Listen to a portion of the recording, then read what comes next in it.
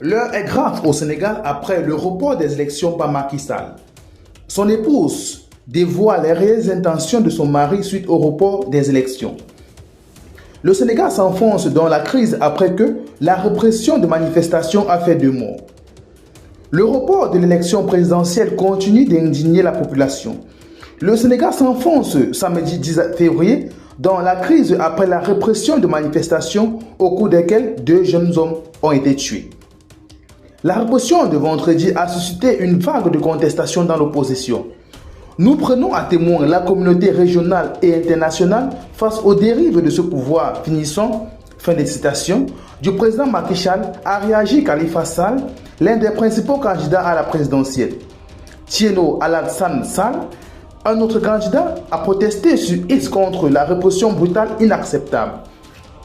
La coalition du syndicat anti-système Bassirou Diomaye Faye, qui a reçu le soutien de la figure de l'opposition Ousmane Sonko, a dénoncé la brutalité des forces de sécurité qui ont exercé des violences inouïes et salué les efforts pour faire barrage au coup d'État constitutionnel du président Sall et maintenir la présidentielle le 25 février. Le pays a été vivement ému par la mort dans la ville historique de Saint-Louis, Nord, d'Alpha Yoro Tunkara, 22 ans, étudiant en 2e année de licence de géographie.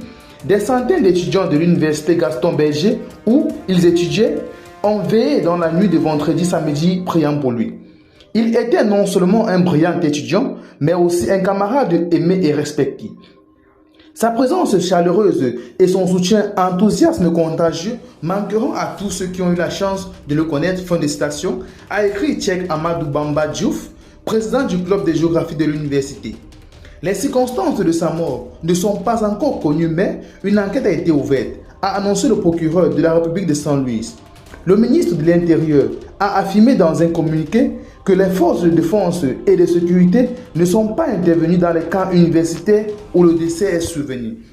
Alors, l'épouse de Macky Sall sort de son silence et dévoile les réelles intentions de son mari. Selon cette dernière, Macky Sall a pour ambition de placer ses pions avant de quitter le pouvoir, chose que l'opposition sénégalaise n'est pas du tout d'accord. Et raison pour laquelle ils exigent, conformément à la constitution du Sénégal, le rétablissement de l'ordre constitutionnel et le rétablissement de l'élection pour le 25 février 2024. Un autre étudiant est décédé dans ces affrontements. Mounou Gueye, 23 ans, est la 2e victime des manifestations. Il était un marchand ambulant à la Colobane, un quartier animé de Dakar où il vendait des maillots et des drapeaux. Il y a eu des tirs de grenades lacrymogènes et ensuite on est allé à la gare de terre de Colobane pour rentrer, a raconté l'agence France, notre confrère sur place.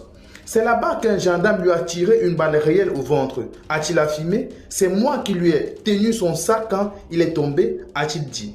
Il a subi 2 opérations cette nuit et malheureusement, il a succombé à ses blessures ce matin, a précisé notre correspondant sur place. L'information n'a pas encore été confirmée par les autorités sénégalaises. Des images diffusées sur les réseaux sociaux font craindre qu'il y ait de nombreux blessés et plusieurs autres décès dissimulés par le gouvernement.